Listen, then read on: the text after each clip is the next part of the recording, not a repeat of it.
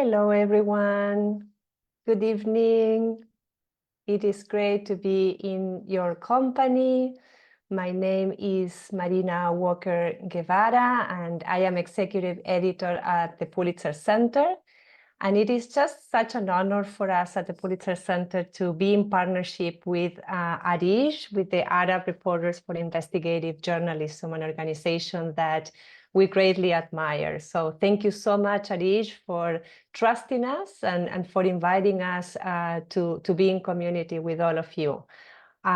This is the webinar AI Under the Spotlight, and I invite you, as we make this little intro, to maybe let us know in the chat who you are and where you are joining from, what country, what city you are joining from.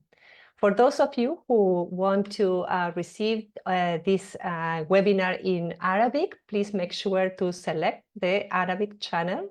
And our colleagues here at Arij will let you know exactly how to do it technically. Thank you so much to Dima and to Nadia. We're going to be our brave translators today. We're going to try to speak slowly.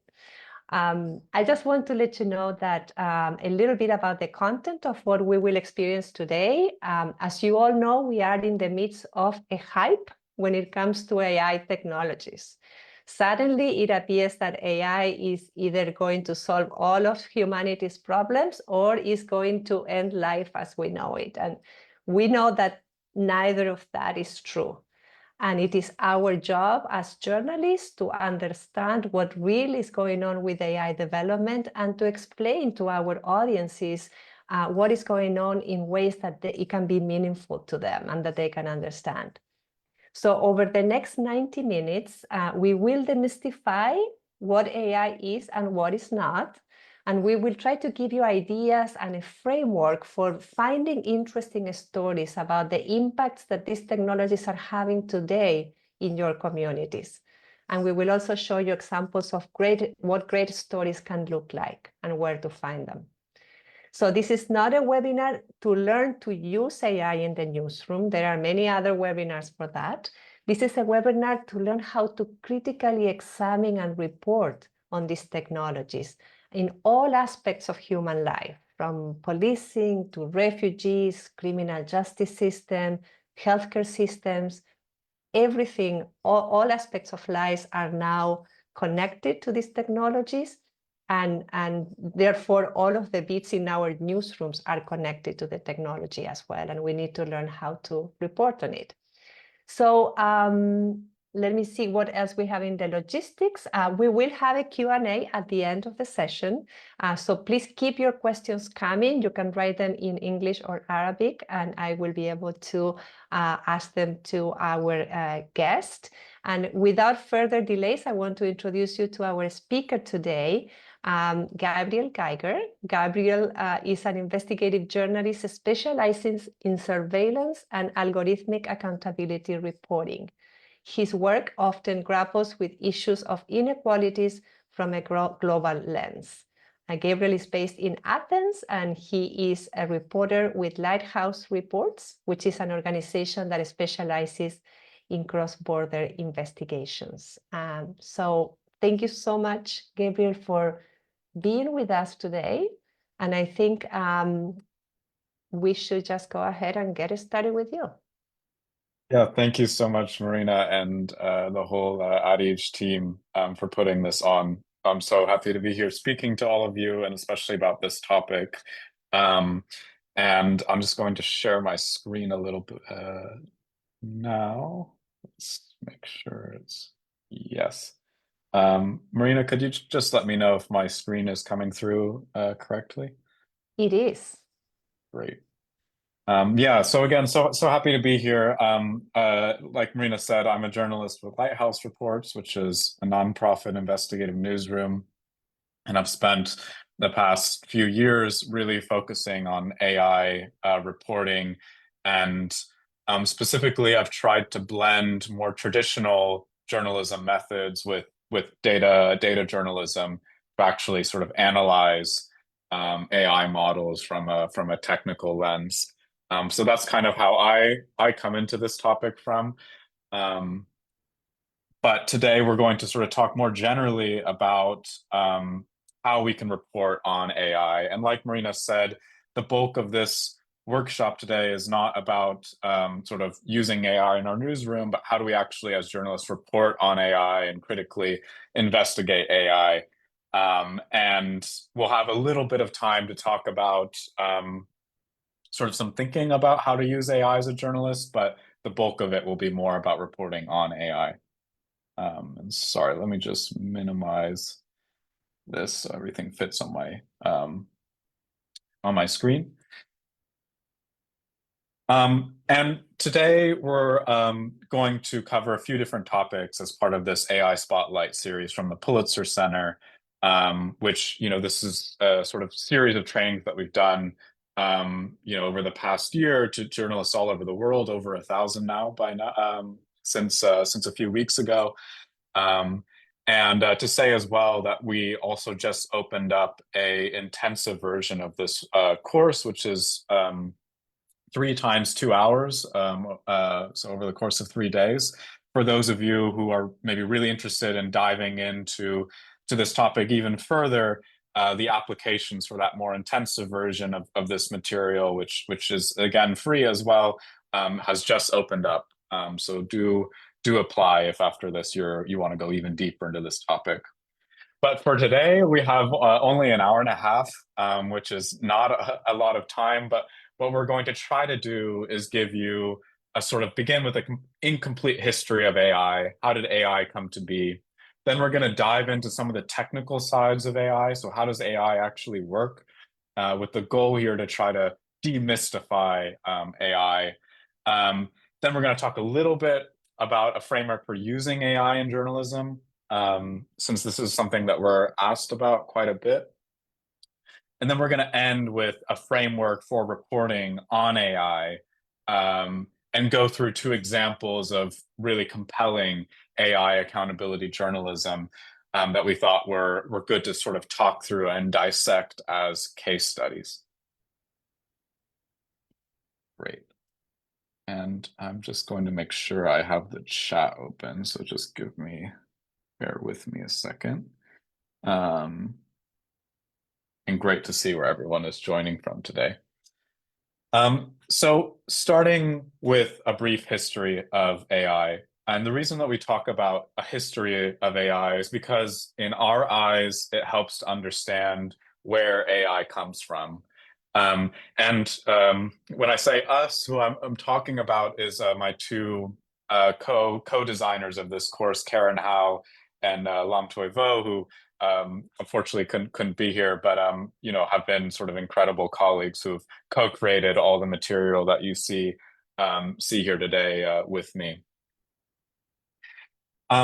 So when we talk about the history of AI, it's really important to keep in mind that this history has always been about ideology, money, and power. And these are the sort of 3 lenses through which we understand how AI becomes what it is today and how it now impacts different communities. And let's sort of start with a definition. So what actually is AI? And there's this kind of common misconception today that AI is one thing. And that's kind of because the world is introduced to AI, or a big part of the world is introduced to AI through ChatGPT. So people believe AI is ChatGPT, or ChatGPT is all of AI. And in fact, AI is many technologies that are sort of loosely tied together with one common thread, which is that they're designed to mimic human capabilities. And overall, AI is just a name for many different technologies, and sort of making this distinction is a key first step to disentangling the reality of what AI is today.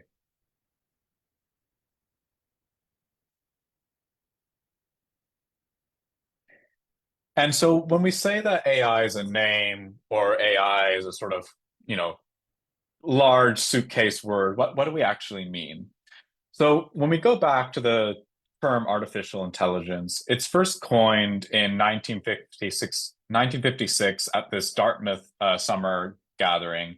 And it's introduced by this guy, John McCarthy here. And McCarthy was a professor at Dartmouth University, and he was working on research into what at the time was called logic machines. And you can think of logic machines as like if you ever seen this this movie, The Imitation Game, about Alan Turing, who's considered the sort of godfather of computers. Alan Turing was building machines to solve complex math problems, and that's what this guy McCarthy was sort of building on. And at the time, McCarthy was calling his work automata studies, but this term didn't really catch on. And sort of looking for a better way to appeal to funders and to other scientists and to the public, he came up with this new term, artificial intelligence. And it was basically a marketing trick, and it worked. More people started to pay attention to what McCarthy was doing. It also became the sort of new framing for what McCarthy and other scientists were trying to do. They weren't just building machines to do math, they were trying to recreate human intelligence with computers. And from then on, over the decades, AI becomes this sort of big tent term that refers to many different technologies. So this guy, Marvin Minsky, who is considered another founding father of AI in this photo, he calls AI a suitcase word. So you shove whatever meaning you want into the suitcase. And many scientists have sort of radically different opinions about how to recreate human intelligence. Maybe we should use this technology or that technology. And there was also many scientists who were calling their research something else to begin with, that began calling their work AI, artificial intelligence, so they can be part of this hot new area of research.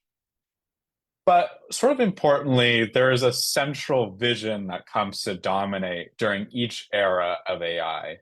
And that sort of vision is based on who has the money and the power to push their vision of what AI should be. So in the early days, what is the sort of dominant vision of AI? And one example is this system built in 1964 called ELIZA. And ELIZA was created by this MIT professor, Joseph Weizenbaum. And it looks kind of like ChatGPT. It was a chatbot that you could chat with, and it was designed to be like a therapist. But under the hood, it worked completely differently than ChatGPT. It was the system that sort of followed a set of hard-coded rules. And I'm going to talk about what I mean by that in a second. So how would ELIZA work? Basically, you would say to ELIZA, "Hi, ELIZA, I'm feeling down today." And it would just reflect back to you, based on a method of therapy, the keywords of what you said. So ELIZA would say back, "Why are you feeling down today?" And you'd write to ELIZA, "My friend said something mean to me." And then ELIZA would write back to you, "Do you think it's normal that your friend said something mean to you?" And people found this incredibly simple system incredibly impressive at the time. And this rule-based system became the dominant vision for AI. These systems that sort of reflected back knowledge based on a set of rules became this dominant vision. And of course, this is nothing like how ChatGPT works today. There are no sort of hard-coded rules dictating what ChatGPT says back to you. ChatGPT is a statistical engine, and it's trained on huge swaths of the internet, and uses that data to learn patterns in language, and then uses those patterns to construct new sentences. And people now find ChatGPT impressive. So ChatGPT and systems like it are sort of this new dominant vision for AI. And what's more is there's this kind of new term on the block, artificial general intelligence, which OpenAI popularized, OpenAI being the company that built ChatGPT. That is supposedly this new name to refer to human-level intelligence in computers.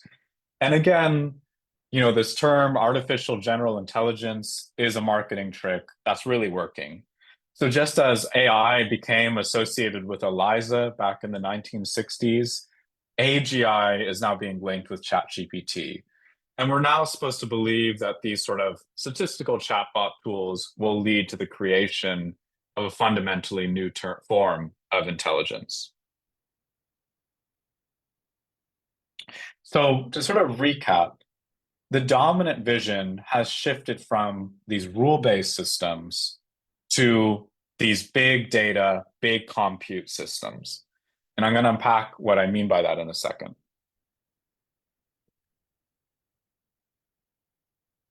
So data here, in the terms of systems like ChatGPT, equals mass scrapes of the internet. And compute equals raw computational horsepower. So what I mean by that is basically how big, how and fast and powerful your computer for developing AI is. And this is the formula that now drives AI development. Put in more data, put in more compute, and the closer you'll get supposedly to artificial general intelligence. So data plus compute equals AI. And we can sort of ask ourselves why this vision has shifted from ELIZA and these rule-based systems to ChatGPT and these big data, big compute systems. And some of the answer to that question comes down to who is funding AI. So back in the early days, it was mainly academics and governments who were building AI systems. But nowadays, AI systems are built by big tech companies who have a bunch of their own money. And these companies have massive amounts of data, and they have enough funding and capital to buy really big computers. And, rather than being, motivated for separate reasons like academia and governments, big tech companies are, of course, motivated by profit, by making money. And this dominant vision has propelled a sort of rapid escalation in the amount of data and the amount of compute being used to build AI. So this is a chart of the amount of data being used to train AI systems. And you can see that in more recent years, the amount of data being used in systems today completely dwarfs the amount of data being used in systems of the past. And the same story goes for computing power. The amount of compute being used to train a single AI model is completely dwarfing what was used in the past. And we don't even have the exact numbers for most recent years because these companies now keep this number secret. But we know that the amount of compute has exploded even further in the past, 4 or 5 years. So this chart is already old. You can see it ends in 2018.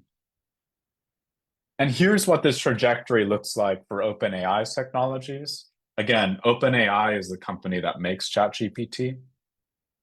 And basically, the parameters of an AI model are a sort of proxy for the amount of data and compute used to train it. And in 2019, GPT-2 had 1.5 billion of parameters. And at the time, that was already the largest AI model in the world. And last year, ChatGPT-4 had, reportedly 1.8 trillion parameters. So you can see already in just 4 years how much the amount of data and compute GPT technologies use. Like the difference in those things is just extraordinary.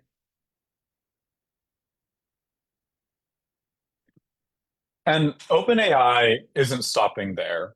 So this dominant vision is sort of still playing out today. So recently, The Information, which is a tech newspaper in the United States, found out that Microsoft and OpenAI are planning to build a $100 billion supercomputer to supply the amount of compute that they think GPT systems will need. And today, the most expensive data centers, which store all the data to build these systems, cost a few $1 billion. and use more electricity than entire countries in some cases. And Sam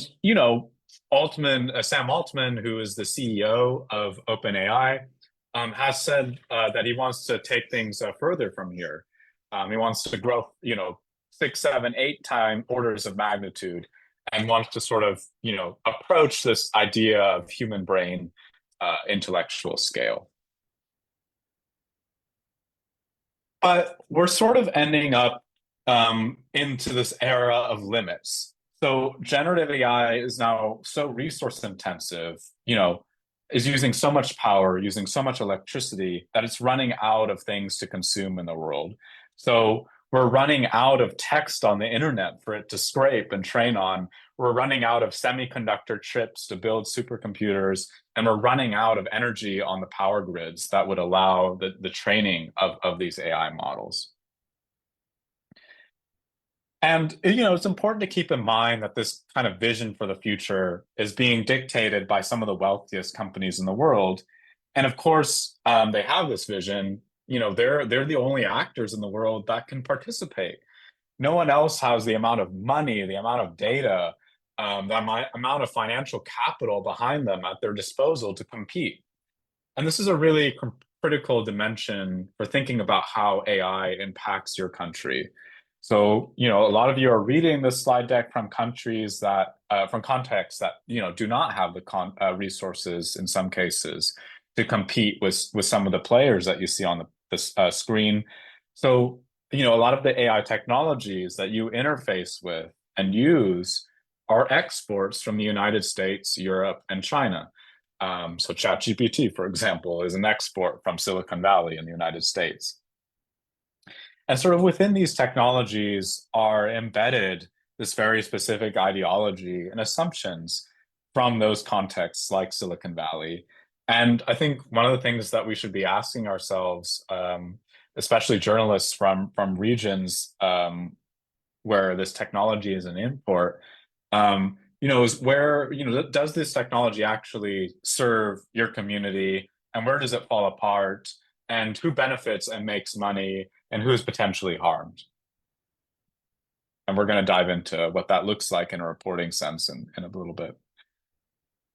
So with all that in mind, I want to talk about some mistakes that we sort of see in common AI reporting. And the first of those is sort of accepting AI today as what it is without questioning why it is that way. What we sort of mean by that is sort of accepting this framing that aligns with the vision of these powerful players. So an example would be, if you covered the $100 billion supercomputer and sort of stated as fact that future AI systems could need that amount of compute. And a sort of more accurate statement would be that OpenAI's vision of AI demands this amount of compute.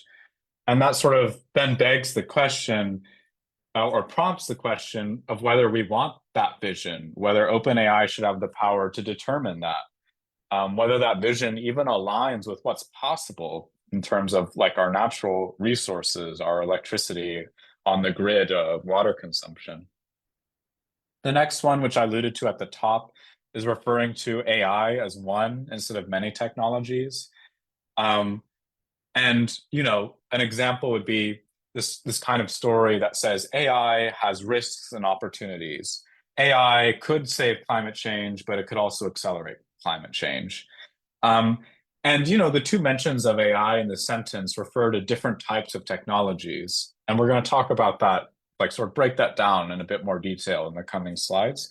But, some AI technologies help tackle issues with climate change and have very little impact. So think about AI models that try to model climate change, right? Try to predict the sort of consequences of certain amounts of gas emissions, or what will happen if we don't reduce our climate footprint. Those types of models have very small environmental impact, whereas ChatGPT or generative AI technologies have a really a massive environmental footprint, you know, in terms of contributing greenhouse gases and, you know, energy footprint, water footprint. And those are two different types of technologies, and it sort of is a disservice to our readers if we kind of always group them under the same bucket, AI. AI is not a very precise word. So in our reporting, we should be precise about what AI technology we're actually talking about. The next one is kind of, you know, obvious, but is something we see a lot, which is quoting AI business leaders or others with financial ties to the AI industry as experts without acknowledging those ties. Again, kind of self-explanatory. The next one, and is something I've actually been dealing with today with a reporting partner, is anthropomorphizing AI as human-like intelligence. So this would be pictures of AI as robots, is something you'll see a lot. You know, as a header image of an article, it's about AI, and you see a picture of a robot, or, you know, as a kind of human-like depiction. And, you know, let's try to not feed this marketing hype. It doesn't actually help readers understand what is actually happening under the hood of an AI system by showing it as a human being, because of course AI are pieces of technology and are based on math and statistics. And you know, we'll unpack some of that in a second. And the last one, and I think this last point is especially liberating to those of you in the room who maybe don't come at this from a technical or data background, but still want to report on AI. And the good news is that you definitely can and should. You know, this last point being that, you know, AI is ultimately a story about people. So it's ultimately people that develop this technology. It's people who are impacted by this technology. And ultimately, people is the best way, sort of entry point to making this technology more visible and relatable to our readers. And we're going to, again, unpack this point in more detail with some case studies. Okay, so with all that in mind, I want to talk a little bit about a framework for AI reporting. And back when my colleagues Karen and Lam and I were originally thinking about this course, we wanted to think, you know, we were asking ourselves, what do we wish we had known when we started reporting on AI? And quickly settled on this idea that we wish we'd had a sort of framework in our heads for the different types of stories you could tell about AI. And so tried to sort of come up with something that was easily digestible. And, you know, let's sort of start with this framework by thinking about the stages of modern AI development. So modern AI models are developed with big data, big compute, and big data plus big compute, you know, produces an AI model. And then these AI models like ChatGPT are then used in applications in the real world. So let's break this down. So at each stage of this pipeline, there are different critical issues to investigate, different actors we can hold accountable, and different people that get affected. And the following slides will sort of share some examples of stories that you could cover in each of these columns. So when it comes to data, it's important to ask who is amassing that data and who is that data coming from? And how might that sort of scramble to collect all this data lead to a loss of privacy and consent, or maybe a perpetuation of surveillance, or the erosion of people's intellectual property? And the New York Times had a great story that highlights these challenges, and it basically discusses how OpenAI, Google, and Meta are all so desperate for data that they're disregarding privacy guidelines and entering into legally gray areas. So they're sort of circumventing copyright laws to allow them greater flexibility and scraping content from the internet. And of course, this is something that is probably all at the top of our minds as people in the journalism industry, because odds are all of our articles are being used as training data, or in the training data set for ChatGPT. And of course, we're not being paid for that. The next category of stories, this is still within the sort of data column, and it asks who's preparing that data. And basically, when you scrape data from the internet, it's really messy and imperfect, and it needs to be cleaned and labeled and sort of made into a structured form. And while AI companies like to talk about AI development as this really fancy technical process, and some of it is, what they oftentimes don't mention is that there is a really manual data labeling process that is carried out primarily by people in the global south, who work under poor conditions, poor pay. And this work is often outsourced. So for example, some specific hotbeds for this are Kenya, Brazil, but also other countries as well in the global south primarily. And The Intercept Brazil had a really great set of articles about these data labelers who are paid hardly any money and are training Meta's artificial intelligence system and are labeling data that's really violent and traumatic under really poor working conditions. So this is one area that I think there's a lot of opportunity to do reporting in. Okay, so that's the sort of data part of our framework. When it comes to compute, you can oftentimes investigate the environmental impacts of AI. So how much water or electricity are the data centers that are storing the data to train AI models using, or the compute to actually build the models? So this publication in the US, the Oregonian, had a great story about local communities trying to get accurate numbers on how much Google data center was using in terms of water. And it turns out that this Google data center was using 29% of the city's total water consumption at the same time that the city was experiencing a drought. And there's a similar story from Manga Bay, where you can see this phenomenon happening in Latin America and Chile and Uruguay. I think this is a really ripe issue probably to investigate in many of the Gulf states, I would imagine, as well, because there's obviously a rapidly growing IT sector and at the same time issues with water availability. So definitely would encourage some of you in the room to look further into that.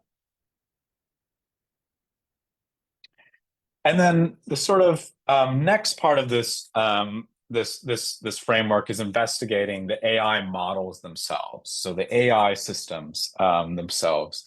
And these are often stories about bias or automation. And there's a really great story out of rest of world, which sort of looked at stable diffusion, which is generative AI, not to generate image, but to generate text. And I'm going to talk about this story in a little bit more detail at the end, but it sort of looked at how Stable Diffusion's AI amplifies stereotypes about the world's cultures, and the sort of latent bias and assumptions that are built into that technology. I've spent a lot of my journalistic career investigating AI bias in the sort of predictive policing or predictive welfare world. So AI systems that try to predict who's committing fraud or committing a crime. And in my reporting have sort of been able to demonstrate how these systems are oftentimes biased against vulnerable groups like people who recently migrated to Europe or single parents or women. And, finally, it's really important to investigate what happens once these imperfect models get used in the real world. And this is a story from The Guardian about how the government's over-reliance on AI translation apps fail when it comes to poorly resourced languages or smaller languages. And in the case of the refugee system, the problem this caused when asylum seekers tried to speak to immigration and asylum officials, but couldn't because the app was mistranslating what people were saying, and how this made it difficult to meaningfully communicate with anyone. And this sort of is definitely a huge issue that you see with modern AI technologies where they don't function well in smaller languages, or not even just smaller languages, just under-resourced languages that either aren't one of the dominant languages or even languages in general that are sort of outside the Western world. We're going to return back to this framework in more detail at the end. But now we're going to spend some time talking about the more technical side of AI. And the goal here is to try to demystify for all of you how AI works, and sort of help inform your reporting. And it's important to just sort of note a few things. It's going to get quite technical, but don't stress out. If this is your first time engaging with these details, use this as a sort of first way to familiarize yourself with these terms and concepts. And don't worry about understanding everything 100%. And if you come here from a really technical background, or you really understand all of this, use this as a way to sort of clarify your understanding. And the last point, and I'm sorry, I should have said this at the top, actually, this slide deck will be sent to all of you or made available to all of you after this webinar. So no need to scribble down notes or screenshot everything, because you'll have these slides to refer back to as needed. And you'll also have notes as well that will help you interpret the slides. And so as a starting point, let's start with this this word, deep learning. And,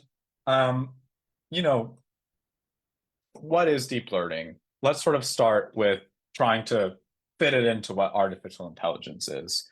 So again, AI is our suitcase word, and machine learning is just a subset of AI technologies that use data for a model to learn from. So models that learn from data, machine learning. And then deep learning is a subset of machine learning that uses big data. So machine learning uses data, deep learning uses big data. And nearly all AI systems that we're talking about today fall into one of these two categories, machine learning or deep learning. So when people are talking about AI, usually most of the technologies, not all of them, fall within these two circles that you see here.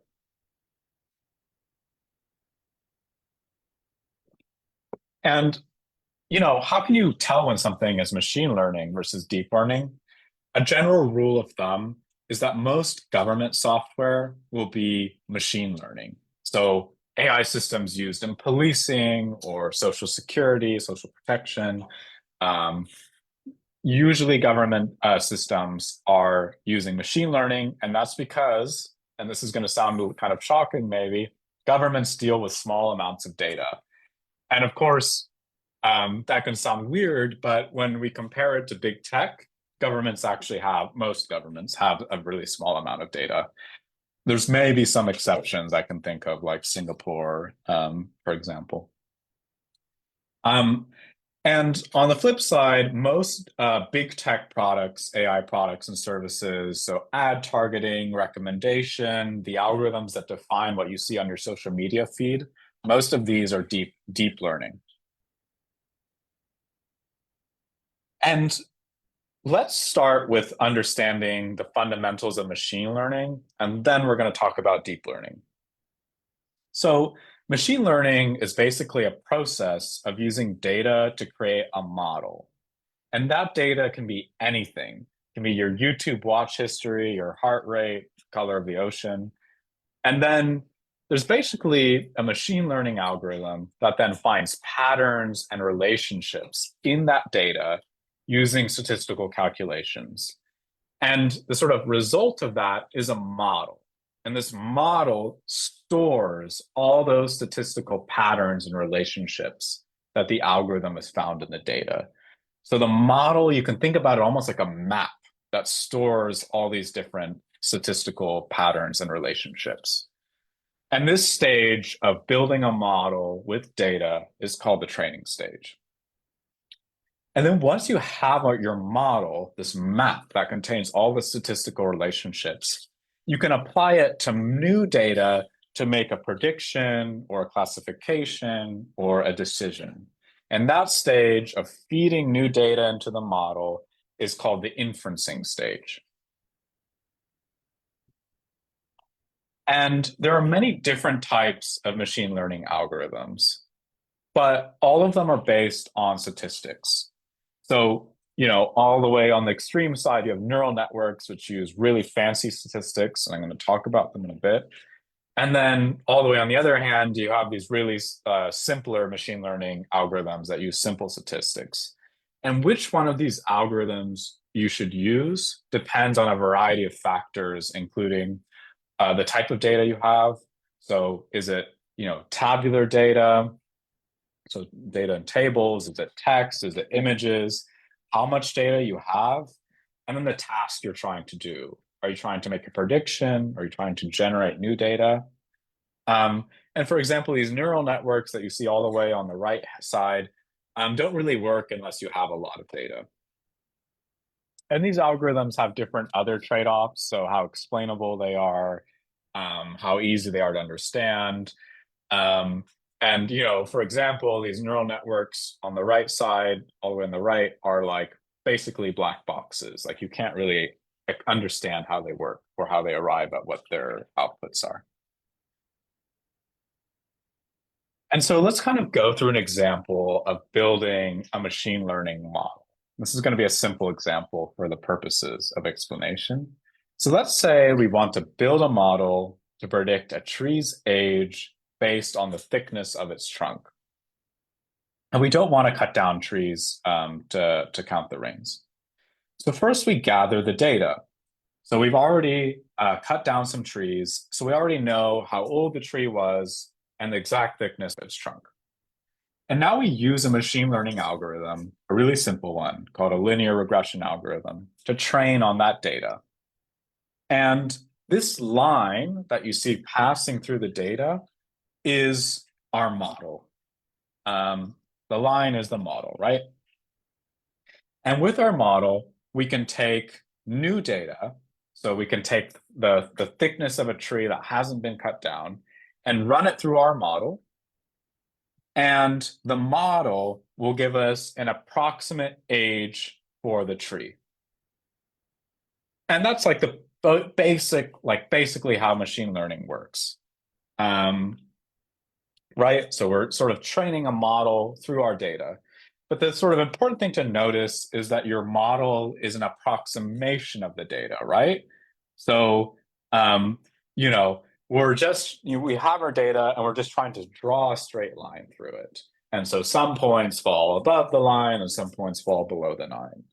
And, therefore, anything that the model gives you will be an estimate, not a perfect answer.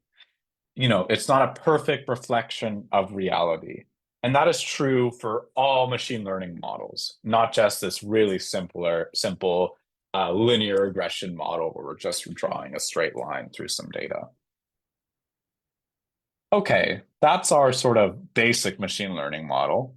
But on the flip side, we have these neural networks, which are, principally the same. They build an approximate model off of data, but whereas this linear regression is this really blunt tool, you only have a straight line to work with. These neural networks are like the Swiss Army knife of machine learning. They can, use really complicated statistics to develop these really sophisticated patterns and really sophisticated approximations of stuff in the world. And neural networks are called what they are because they're machine learning software inspired by our brain. So they're often represented like this. They have these nodes that are called artificial neurons and connections between them that are meant to mimic our synapses in the brain, right? And as you train them and sort of feed data into the neural network, the connections between these synapses and neurons become sort of stronger and weaker and capture different patterns inside the data. And this trained neural network is what becomes our deep learning model. And so I'm going to break this down a bit more because I realize it's a bit abstract. So here's another way of visualizing it. This is basically our training stage. So we want to create a model to recognize cats versus dogs. And we feed our data, pictures of cats and dogs into a neural network. And the neural networks kind of computes how strong or weak the different connections need to be in order to maximize how often it accurately categorizes each image. And this creates our deep learning model. And basically, then at our interesting stage, we get a new data point, which is just a picture of a cat or dog, and put it into our deep learning model to get an answer. And if the neural network is trained well, it should give us the correct answer most of the time. And one sort of thing to keep in mind is the simplicity of machine learning is what makes it so powerful. You can kind of turn any data into a model. Faces become facial recognition algorithms, MRI scans become cancer diagnosis algorithms, audio clips become speech synthesis, our search results become ad targeting, our purchase history can become product recommendation algorithms.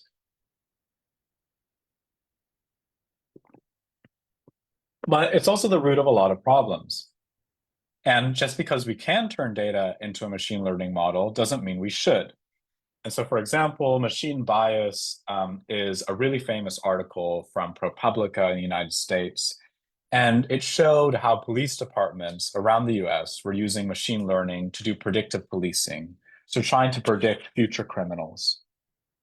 But this software was trained on historical arrest data and historical data from the US criminal justice system. And we know that in the US criminal justice system, there's a huge amount of discrimination in who ultimately gets arrested for a crime or convicted of a crime or the type of punishment they receive for a crime. And, therefore, when sort of building a model off of that data, it sort of perpetuates those same biases, those same historical over-policing of certain communities or certain prejudices, and brings those historical patterns of discrimination that are buried in that data into the future or into the present.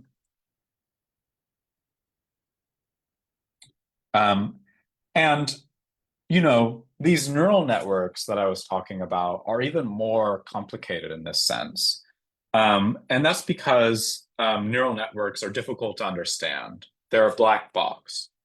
And an example of sort of limitations that can come in is with reasoning. So, there's a sort of big debate in the community right now, scientific debate of whether or not these statistical engines can be good enough at approximating patterns in the world to reason.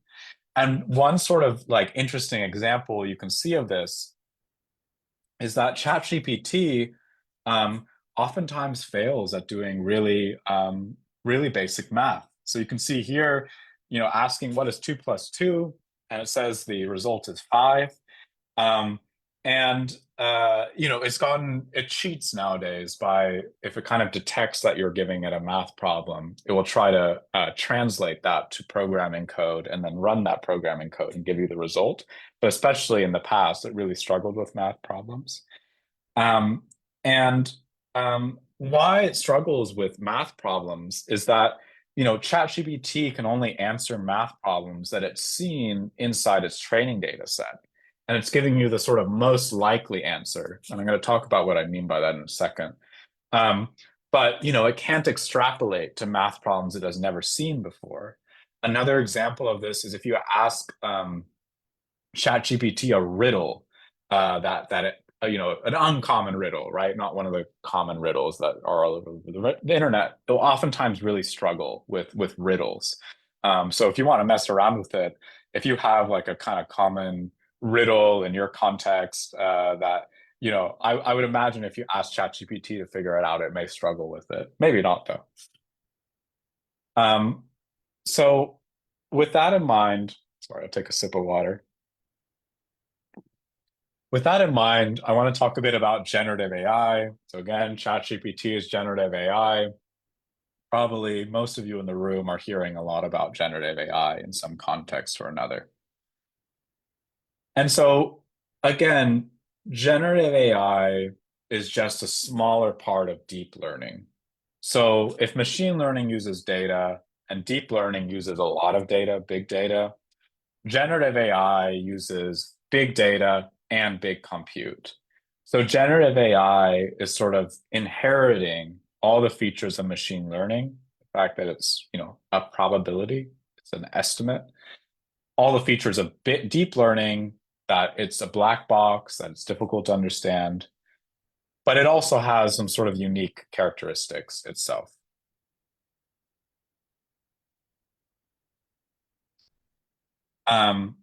And one thing to keep in mind is that since generative AI emerged, people sometimes now call everything else in machine learning that's not generative AI, predictive AI.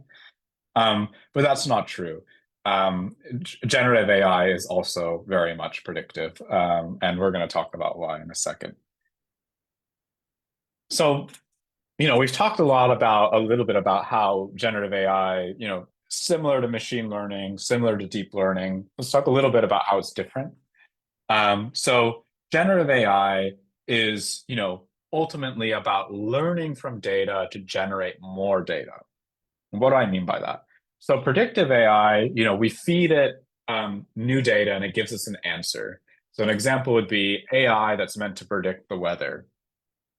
So if I ask it, it takes data like historical climate data, what was the weather on a certain day, and what was the humidity, what was the wind speeds, and then was it cloudy, and all then you can feed it new data. What's the sort of what's the humidity today, the wind speed, and predict whether it's going to be cloudy at 3 o'clock or 4 o'clock, right?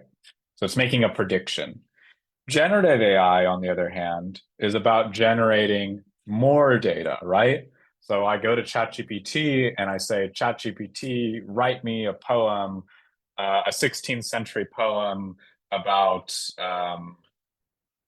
a king in a castle. And it's going to generate a new poem based off of like all these poems that have been written in the past. And sort of more than that is that generative AI is trained on massive swaths of the internet. And this is like terabytes of information, and nobody knows what's in there, right? I mean, it's all like massive, massive chunks of the internet. And this is sort of the root of many of the unique challenges that generative AI systems face. Over the years, various investigations and research have shown the extent to which low quality information has sort of managed to seep into these AI systems. And last year, sort of researchers at Stanford, for example, found that one of the most common data sets for training AI image generators like Stable Diffusion contains dangerous and illegal material. So for example, instances of child sexual abuse and other violent material. And there's another set of stories from Bloomberg and Rest of World and the Washington Post that also explored how these systems amplify discrimination. So Bloomberg found, for example, that if you ask generative AI to generate images of CEO and engineers, they're usually men and light-skinned, whereas housekeepers are usually dark-skinned. And what's more is that this is sort of this is like not a correct representation of reality. So basically, if you ask image generative AI, sorry, end of the day. image generation AI to generate 100 images of a judge. 80 of those images will be women, and 20 of those images, 80 of those images will be men, and 20 of those images will be women. Whereas in reality, in the United States, for example, and much of Europe, it's more like 50-50 split. So generative AI is actually a sort of misrepresentation of the world oftentimes. And, you know, an example, I mean, we've all been on the internet, so like Twitter or Reddit or whatever is not a very faithful representation of our societies, I think, especially modern day Twitter. And, you know, one sort of important thing to keep in mind is that generative AI is not about, you know, sort of retrieving data. It's about remixing data. So when you ask ChatGPT, hey, you know, who's the president of the Netherlands? It's not going, okay, let me search in my database who the prime minister of the Netherlands is.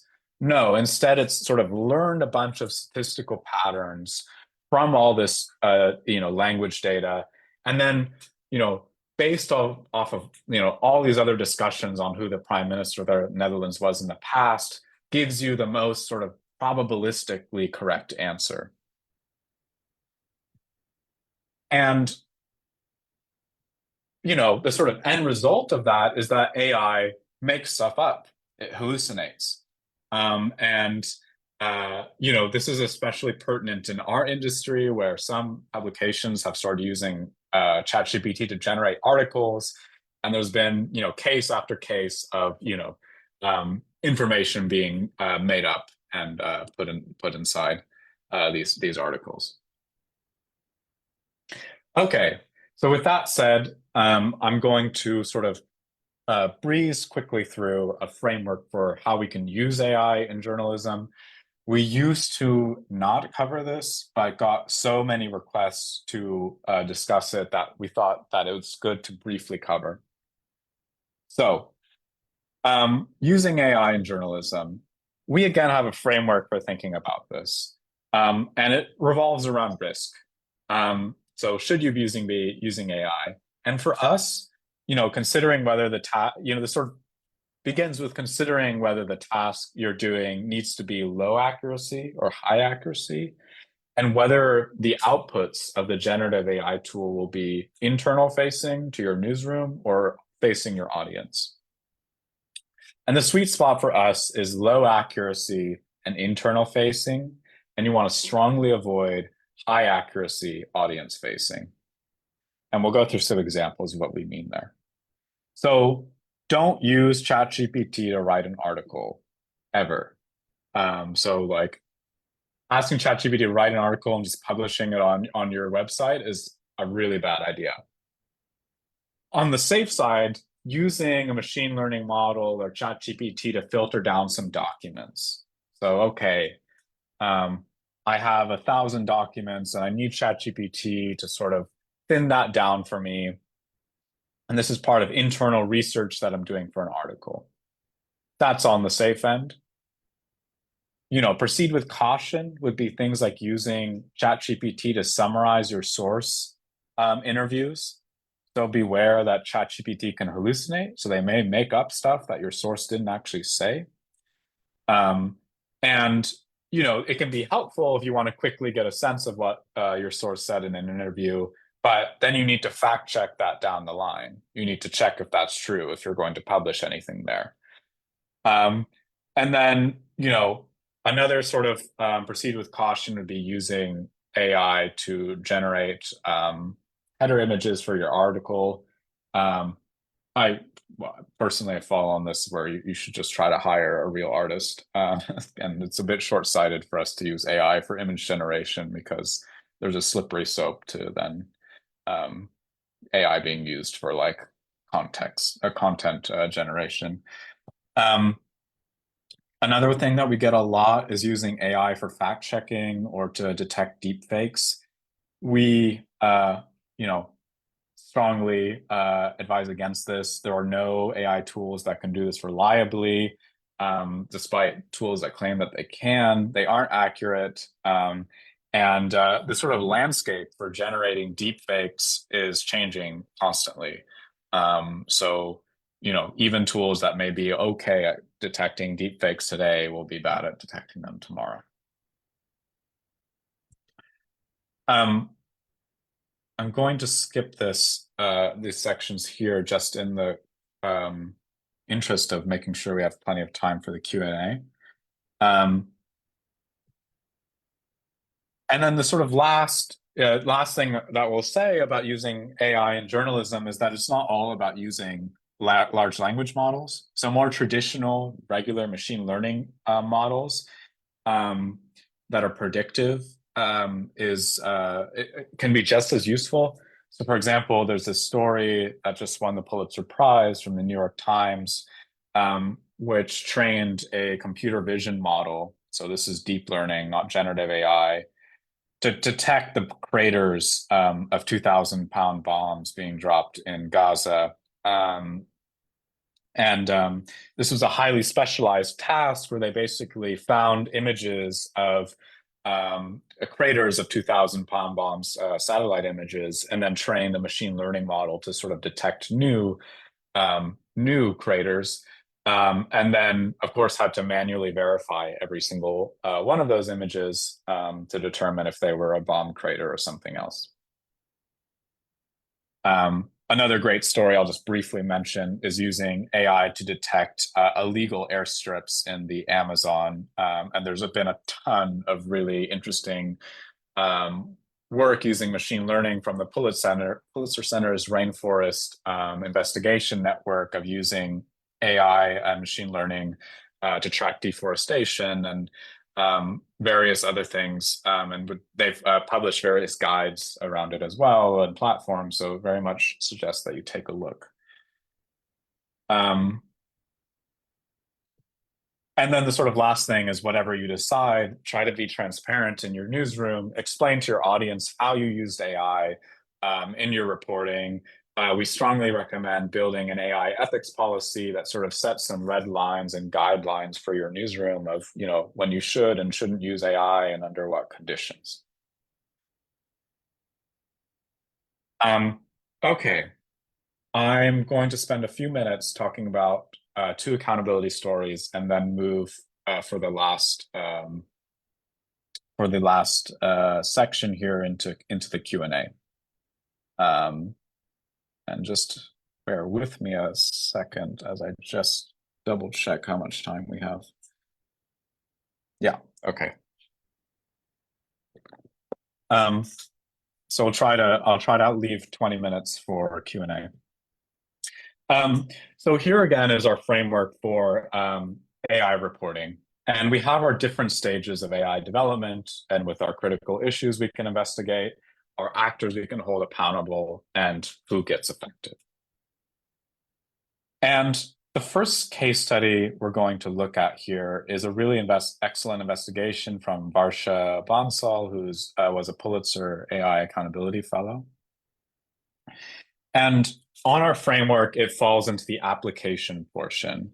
So Varsha's story investigates how Uber drivers in India are being locked out of their accounts because of the app's faulty facial recognition system. So they have to check in with the app with the facial recognition system, and it doesn't recognize their face, and it locks them out. And the key stakeholder here is a company, Uber, and the impacted community is the gig workers who are driving for Uber.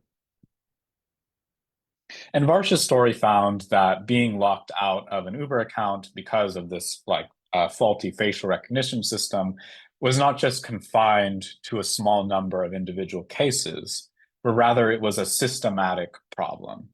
And when these drivers were locked out, they had to go through these weeks-long processes to get their accounts unlocked. And of course, they can't work for Uber during that time.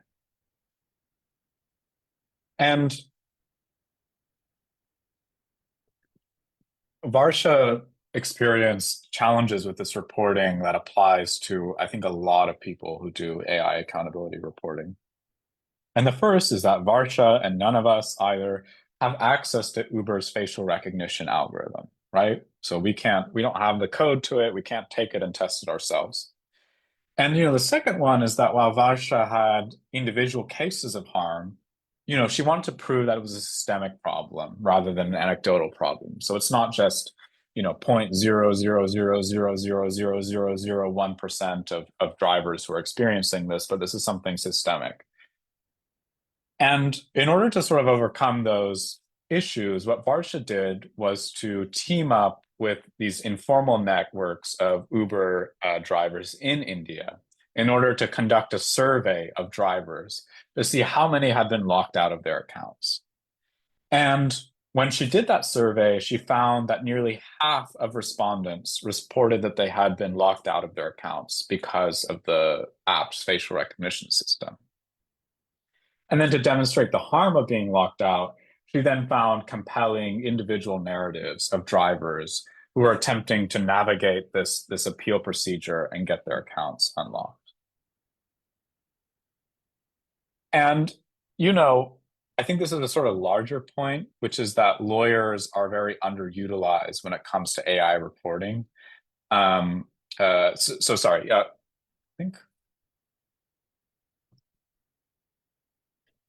Yeah, this slide got put in there. This is supposed to be a different slide about, there we go. Yeah, sorry about that. Wrong slide got put in there. Why did we think that this is a sort of good example of AI accountability reporting?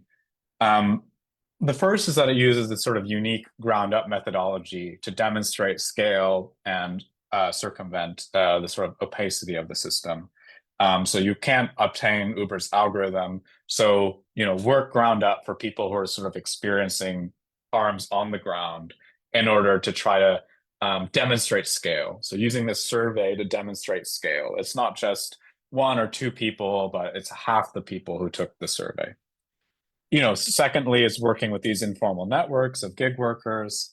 And then lastly, sort of illustrating the consequences of this faulty AI system with human stories.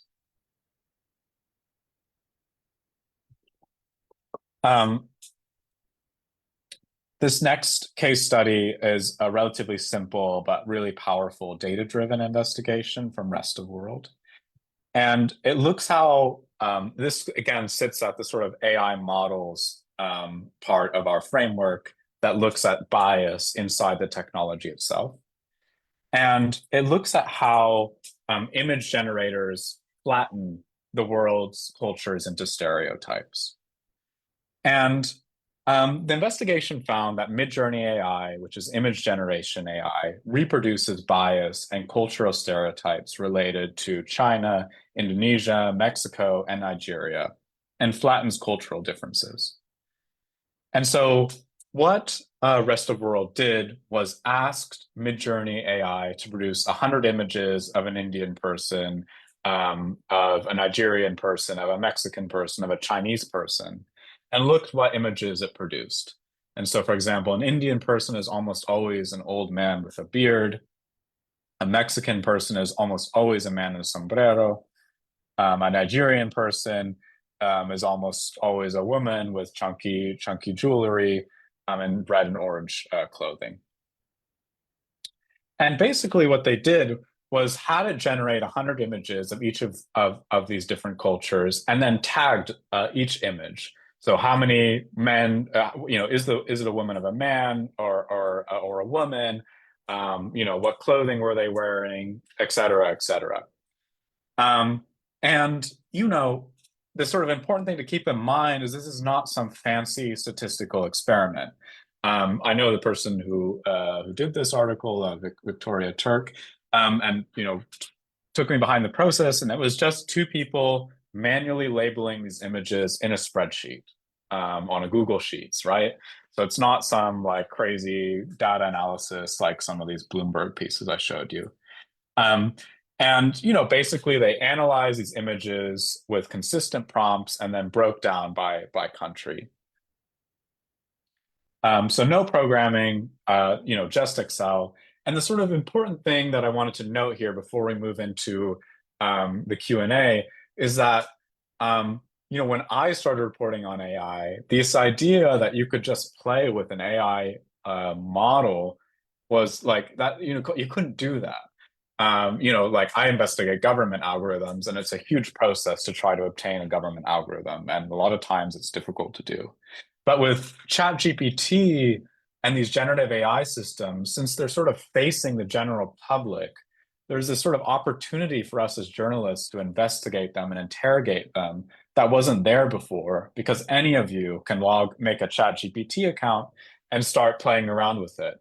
And I think there's so much room to analyze how these systems work in different contexts outside the United States, which is where they're built, in different languages. So, for example, a lot of the safeguards that are put in place to prevent these models from producing incorrect information or harmful information, those safeguards are designed largely for English in the Anglophone world. And these safeguards don't work as well, for example, in other smaller languages, like Farsi, for example, that they don't work very well. There's been some academic research into that. And I think there's so much room for us as journalists to interrogate that.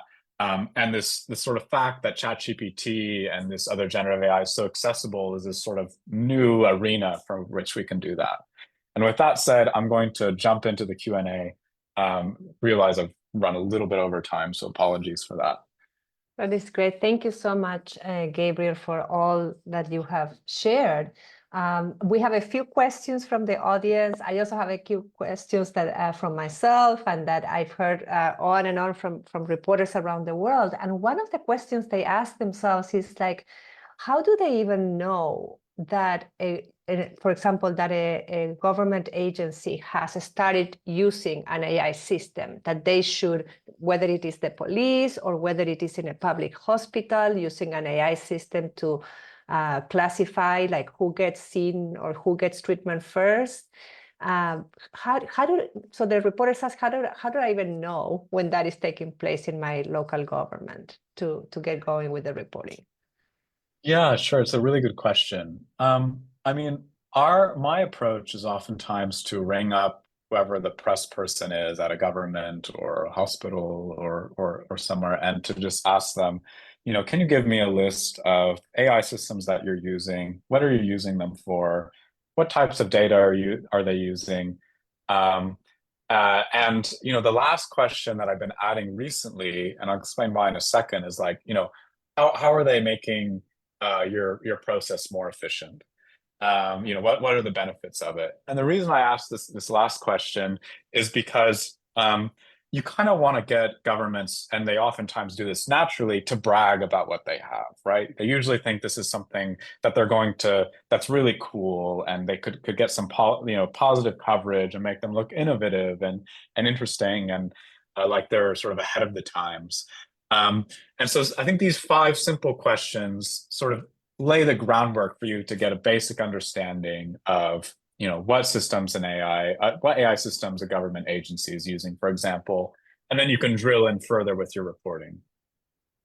The second thing is that to look for sort of what you call white papers. So basically companies or governments sort of bragging about their AI systems.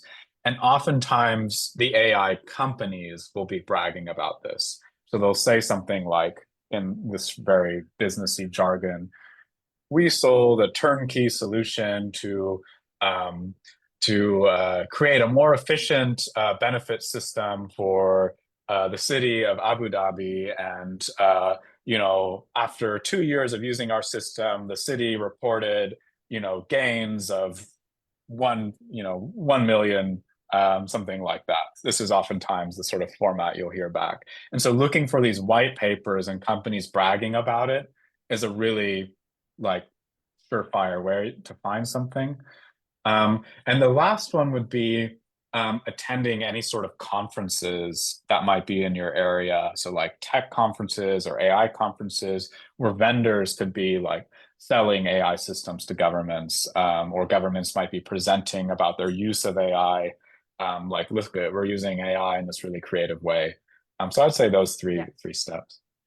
And Gabriel, when it is so hard sometimes to obtain, the algorithms are proprietary, it's hard, the governments might not give them to you, the companies definitely will not give them to you, but then they are telling you, yes, we have this new system and it's like 99% accurate to predict X.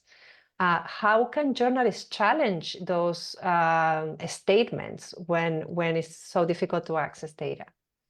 Yeah, definitely. I mean, I think there's kind of two buckets here. So if you're doing like, or maybe more of a beat reporter, so you're covering news and have to cover the news, and some AI company comes at you with a pitch like, our system for detecting this disease is 99% accurate. Sort of your first response as a reporter, in my mind, should be, how are you defining accuracy? How have you come to that statistic? Is it through, an academic peer-reviewed study? Is it from your own internal data? Then you can ask them, well, what's the false positive rates of that system? So how many people does it wrongly flag or wrongly not flag? And you could also ask them, what is the difference between men and women, for example? Because you can have systems that are more accurate, AI systems that are maybe very accurate for men, but not very accurate for women. And then the second, if you're doing a sort of longer, more investigative piece of work or something that's more long-term, I would say there's a few different routes you could take. The first would be to work round up like Varsha did. So work sort of through crowdsource your data through people affected. A really good example of that recently is a story about Uber that Bloomberg did, which I'll try to post in the chat, where they sort of asked riders how often they were being locked out of the app. And Varsha had a similar strategy. And then the second one would be to work with academics who might already have the data that you're working with. And I actually saw a really interesting story from Arij that was translated into English that looked at social media data around Gaza that was being posted on Facebook. And there was some cooperation there I saw with Arij and some academics in the space. So academics can be a really great resource to either help contextualize your data or even just give you data. So academics a lot of times have access to data about social media companies that we might not have access to as journalists. So it can be great to partner up with them. Thank you so much, Gabriel. We have a question here from Shirif Murad, and he's or she, I don't know their gender. They are asking about the misuse of data or algorithm for purposes that are contrary to those publicly stated by a company. So I think this is going more to the question of like unintended uses or unintended consequences of AI systems. And how can they investigate those and document? Yeah, it's a good question. It's something that you see a lot of now. I would say, well, there's two different camps here, right? Or two different buckets. So there's companies that produce an AI product, and then, these are used for sort of like unintended consequences down the line. So an example of that would be like ChatGPT, maybe isn't intended, let's be fair, definitely wasn't intended to create like malicious information or misinformation, but is in fact being used for that by nefarious actors. And there's been a lot of good reporting on that. Also being used for scams now. So like image generation, deepfakes being used to scam people. And I think that the sort of strategy for sort of thinking about that, it would be, like sort of investigate it with sort of traditional methods. Okay, you have this starting point, this technology that does X, and try to imagine in your head all the different nefarious ways you could use like ChatGPT, for example. And odds are it probably is being used in that way, and to sort of go down that path. The second bucket of technologies, I would say, are AI technologies that a company may present as being used for good purposes, but are actually used for nefarious purposes like surveillance, for example. And the class of technologies to look at there, for the most part, would be things like facial recognition, like audio, sort of security camera surveillance. So the Pulitzer Center funded a really great story from the Bureau of Investigative Journalism that looked at surveillance systems, AI surveillance systems. So I'd say that whole class of technology is like a second thing to look at. Thank you, Gabriel. And I'm going to put in the chat a story that also that is really good, has to do with the unintended uses of AI or misuses. And this is a story that one of the fellows at the Pulitzer Center did in college campuses in the US, where the technology was being sold to help monitor social media to see if students were in distress and risk of suicide. But instead of using it for that supposedly noble purpose, it was used to surveil protests in US campuses, college campuses. And the way that the reporter found out was by doing records requests of the communications between the campus college officials and the technology companies. So it's good to take a look at that one. We have a good question here asking, how can a journalist who is interested to write about AI can equip themselves with the right tools and the skills, the mindset to get started? Mm-hmm. Yeah, that's a really good question. I mean, I think there's a few different tips I'd give. I think that the mindset should always be centered on humans. So getting to the humans involved in building a system who are affected by it. And that's very traditional reporting. And for example, one of the hurdles that we also often have is access to things inside a company. Well, traditional source development is the best way to overcome those hurdles. So I would say, you can, frame it as, okay, it should be human-centered storytelling. The second thing is to equip yourself with a basic understanding of how AI works, which has been part of what we tried to do today. So you don't have to be a technical expert, but you should be able to sort of distinguish between all these different technologies that fall under AI and the different problems that can arise from the use of those technologies. And there's a few really good resources that I think can help you sort of keep up to date with what's happening in the AI world. And one of those is this newsletter, which I'm going to drop in the chat, called AI Snake Oil, which is actually just turned into a book, which I've heard is excellent, but haven't read yet. And this newsletter is from Arvind Namarayan, who's a professor at Princeton University, and to me is consistently providing like some of the most informed and interesting takes on developments in the AI world. So I definitely recommend following that. Yeah. Thank you. What do you wish that somebody had told you, Gabriel, when you got started with AI reporting? I wish they had told me that, well, I wish they presented me with this sort of framework for thinking about it. But I'd say the other thing is, I wish they told me like you could, because I started doing this as a just kind of reporter, is that, collaborate with other people on different beats in your newsroom. So whether it be maybe more data-driven people, or if a specific beat, if you're looking at AI used in the health industry, team up with someone who covers that beat. Or if you have a transnational story, collaborate across newsrooms, collaborate with academics. I think some of the most powerful AI reporting has come, in some way or another through collaborating with informal people, like communities on the ground who are experiencing it, for example, as well. And speaking of communities on the ground and that might be victims of surveillance or other AI technologies, how do you go about identifying those victims that you might want to highlight in your human-centered AI reporting, if the victims themselves might not be aware that they were excluded or discriminated by an AI system? Yeah, it's a really good question. I think there's different routes to this. I think that in my reporting, and I think other reportings, there's oftentimes this symbiotic relationship between the technical side of the story, so the AI, understanding how it works, and then the human side of the story, so finding people.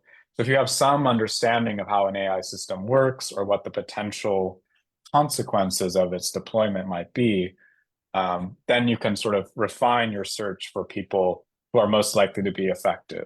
So if you have a predictive policing system and you know that it disproportionately sends police officers to a low-income neighborhood, then you can focus your sort of human reporting on that neighborhood and integrating with that community. And you sort of need to be able to inform your subjects on the ground about how a system works to understand if their experience, to the extent to which their experience is connected to an AI system. So to me, like this report, our reporting in AI always needs to be sort of the symbiotic relationship where, you know, our technical understanding of the system informs the questions we're asking on the ground, and then, you know, the experiences of people on the ground informs the technical questions that we're then trying to answer. That's really good. And you said before that talking to lawyers and to NGOs and to others who are in touch with patients, who are in touch with victims of police violence, refugees, and other communities that might be impacted by surveillance or by other AI systems. So we'll keep all of that in mind. Yeah, definitely. I would highlight lawyers are some of the best resources, but also NGO and community centers. Yeah. We are closing here. There are several questions on misinformation and kind of like people are dismayed that platforms aren't doing more to stop AI-generated content. So is there something that we journalists can do? What is our, disposition or responsibility when it comes to the flood of misinformation that we are seeing generated by AI? Yeah, I think there's a ton of good reporting to be done there, and I think we need to hold platforms accountable. And I think there's a lot of really interesting methodologies to be sort of piloted of trying to both understand how AI generates misinformation. So if you ask AI to sort of, provide information about an election, for example, and like validating whether that information is true or not. Julia Angwin in the US has done a lot of that in the context of the Trump-Harris election. And then I think, secondly, trying to understand how content moderation policies work in this era of generative AI and where they're falling short is something that's really important. And again, a lot of that content moderation and training of AI systems happens, it's human beings who are doing that moderation. So we can do really good ground up storytelling to understand how that's actually working from the inside. And some Pulitzer funded projects have tackled exactly that. And as you told us, a lot of this content moderation and labeling of data is happening in the global south. It's not happening in Silicon Valley, but it's happening in our backyards. I am from Argentina. I know that there's a lot of this in Argentina, in Venezuela, but we also know in Kenya and parts of the Arab world as well. So it would be an interesting story to find out what are the intermediaries, what are the companies that represent the platforms that are offering this kind of jobs in our communities, and what we can learn from those experiences. Thank you so much. We are at time. I want to, before we leave, send you a link to the Pulitzer Center AI Accountability Network. Please follow us. We are offering reporting grants, fellowships, and training through the AI Spotlight series. As Gabriel mentioned before, we have an intensive course, which is a deeper version of this coming up. But also, before I forget, Gabriel is going to be in person at the Arij conference with a workshop. So if you enjoy this, or if you think that others should be aware, please invite them to come to the workshop in Amman in just a few weeks. And if you can flag your phone in front of the screen and get that QR code, this is our survey. We want to know how we did, if you enjoyed it, if we could do better. So please help us by answering the survey. And as Gabriel said, we are going to send you the slides. So you don't have to remember any of this. You can go through the slides, you can remember the terms. So you will get an email from us in the next few days with the slides. And we will also ask you there to answer the survey if you haven't had a chance. Thank you so much again. Thank you so much, everyone. And just wanted to say For those of you who had questions I didn't get to, feel free to send them to me on Twitter or contact me, and happy to pick them up because I realized we only had 15 minutes for questions, and so great to be here. Thank you so much. And you will see Gabriel, those of you who attend Arij, in just a few weeks, and the rest of us to be continued. Thank you so much. Thank you so much, everyone. And thank you, Arij.